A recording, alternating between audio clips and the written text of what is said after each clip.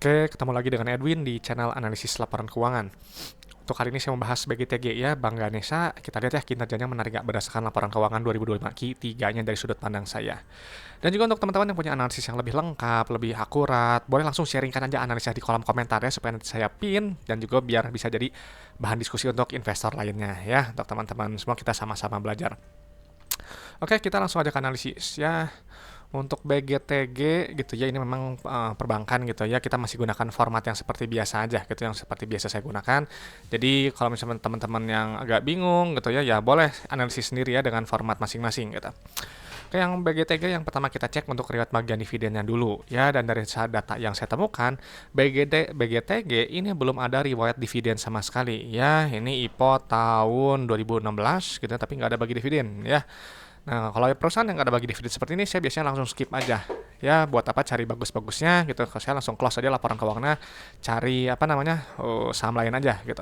Kenapa penting dividennya buat saya? Karena perusahaan yang bagi dividen itu adalah perusahaan yang memang sudah terbukti profit dari bisnisnya. Ya, dan juga punya kondisi bisnis yang sehat. Jadi kalau misalnya dia nggak bagi dividen, ya kalau untung berarti cuma untung di atas kertas aja, ya, atau ada masalah sama bisnisnya, atau mungkin nggak stabil, atau mungkin cuma memperkaya owner perusahaannya aja, yang biasanya merangkap sebagai komisaris dan direksi, ya.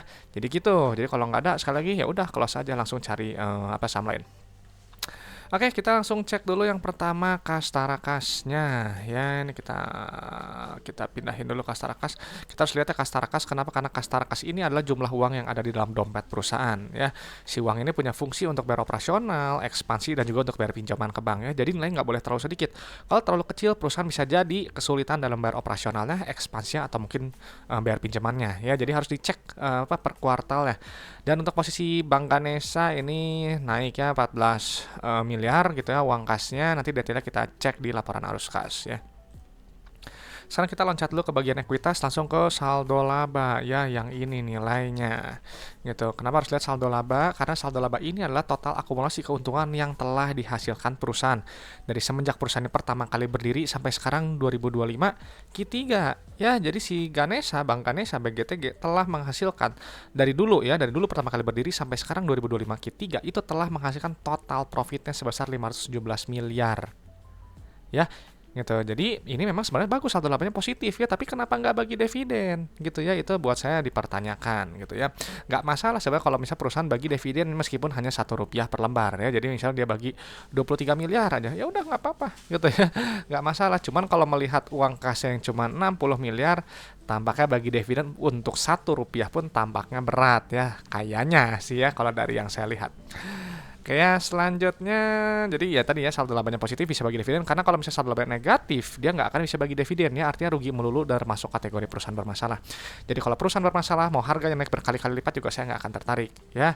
Dan ingat tadi ya, untuk selain tadi bagi dividen itu, selain saldo labanya positif, harus juga ada uang kas yang mencukupi ya gitu.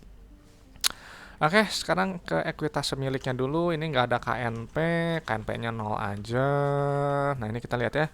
Ini rasio saldo laba terhadap modal awalnya ini 0,17 ya. Artinya si BGTG ini baru menghasilkan total profitnya baru 170 juta ya kalau misalnya modalnya 1 miliar.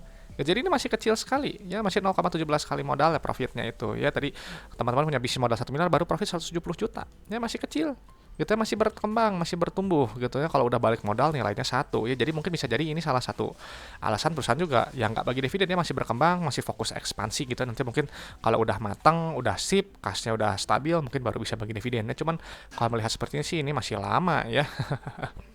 Oke, lalu untuk PBV-nya ini sedikit cukup murah ya, di 0,94 dengan potensi profitnya sekitar 6% kalau dia mencapai ke book value-nya ya di 153. Oke, selanjutnya cek ke bagian laporan laba rugi dulu ya. Kita langsung pilih pendapatan dulu. Ya, pendapatan yang ini nilainya yang paling atas. Kenapa harus dilihat? Karena pendapatan ini adalah pos keuangan yang menunjukkan pertumbuhan perusahaan. Ya, perusahaan yang bertumbuh, berkembang, pendapatannya cenderung naik. Artinya barang atau jasa yang dijual perusahaan, yang ditawarkan perusahaan, gitu ya, produknya itu disukai oleh pasar ya, dibutuhkan oleh marketnya. Gitu. Dan memang untuk kinerja pendapatan ini untuk BGTG dia naik 0,63% ya, jadi kecil sekali bertumbuhnya. Ya. Nanti pendapatan akan dikurangi oleh harga modal barang atau jasa ya, nanti keluar laba bruto. Nah, kalau di perbankan itu COGS-nya gitu ya, atau harga modal barang atau jasa itu yang ini beban bunga. ya yang setaranya gitu. Jadi dikurangi aja nanti keluar laba bruto ya. Nah, laba brutonya itu yang ini ya. Ini kita pindahkan dulu ya. Nah, ini kita lihat ya laba brutonya. Penting ya, kenapa harus lihat laba bruto? Karena laba bruto ini untuk melihat inti efisiensi perusahaan dan juga untuk melihat kemampuan perusahaan menempatkan harga jual barang atau jasanya di atas harga modalnya ya, lewat gross profit margin gitu. Jadi misalnya 59%, artinya kalau teman-teman jual barang 100.000, ambil profitnya 59.000 ya. 41 ribunya itu adalah harga modal barang atau jasanya. Jadi cari perusahaan yang laba brutonya setinggi mungkin, GPM-nya setinggi mungkin sesuai dengan sektornya. Kenapa? Karena nanti semakin besar laba bruto, semakin besar laba bersih ya. Laba bruto nanti dikurangi oleh beban operasional, non operasional, dan juga beban pajak ya. Baru nanti kita keluar laba bersihnya ya, yang ini nilainya. Oke, kita pindahin dulu. Dan untuk gross profit marginnya memang untuk BGTG dia turun 8%, tapi laba bersihnya dia naik ya, naik 29%-nya, ini baik ya, dia laba bersihnya naik, bertumbuhnya bagus.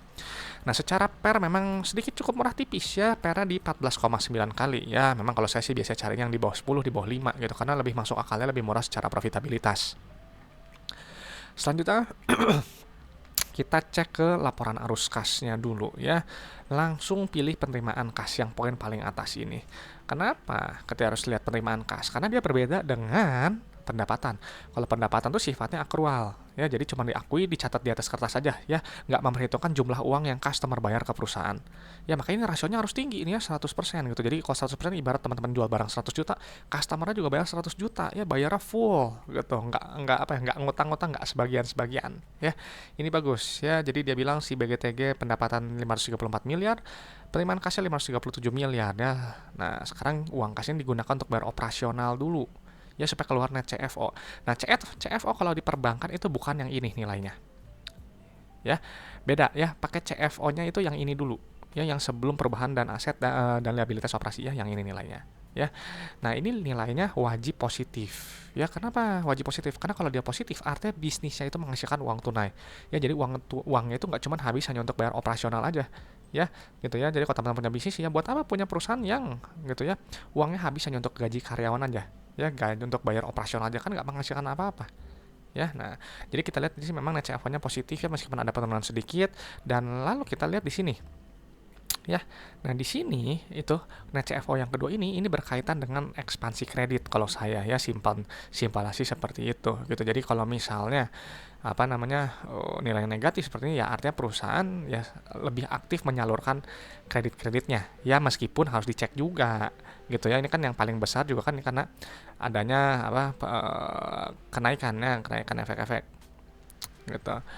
Jadi memang kadang harus dilihat juga. Cuma kalau saya simpel aja ya, kalau dia positif gitu ya, artinya dia menahan ekspansi kreditnya gitu ya.